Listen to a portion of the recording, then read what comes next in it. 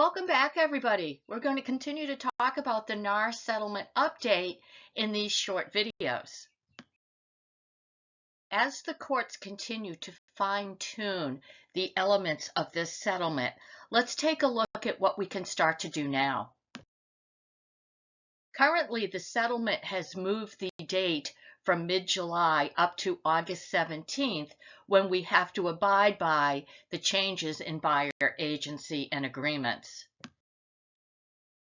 As a reminder, a buyer agency agreement stating compensation responsibilities and what that compensation is expected to be needs to be provided to the potential buyers and signed before you can show them any properties, everybody. So this falls into the same thing you would do when it comes to an agency disclosure agreement. You would want to have these signed first before you begin your showings. If you haven't been talking with your broker already or having meetings regarding this, now is the time to get started. You're going to want to have scripts ready, marketing material, and also know the protocol that your broker and brokerage are expecting everyone to follow. This all takes time, and because this will be a new presentation for most of us, you need to start rehearsing and practicing those presentations.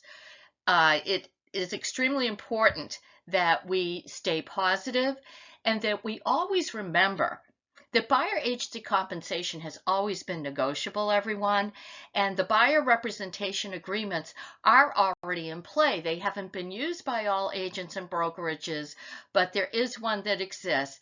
I would expect you are going to see verbiage changes in the agreement before we get to August 17th.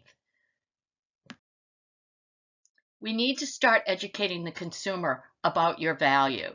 So just some ideas for you as you're getting started and working on marketing materials and scripts, etc.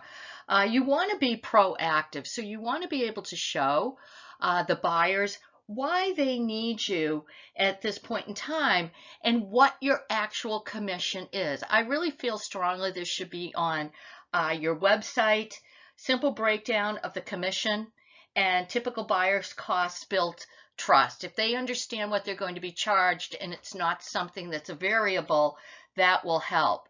Also, if you're talking about what your value is, or if you go to a fee structure in your brokerage, you want to tell them not, 500 things that you do well. Okay, what you want to tell them, everybody, is the value of how you are going to save them money and protect their interests if they use you as their agent.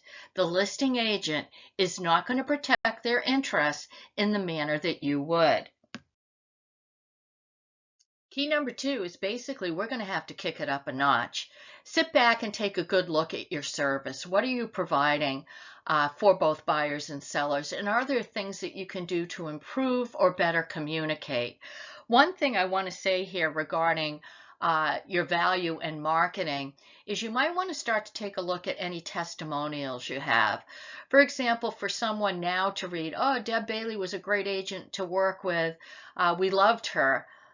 Oh, that's all lovely, but wouldn't a better testimonial at this point in time when we're trying to get buyers involved with us is Deb Bailey saved me $10,000 through her negotiation and skill when I bought 123 Main Street.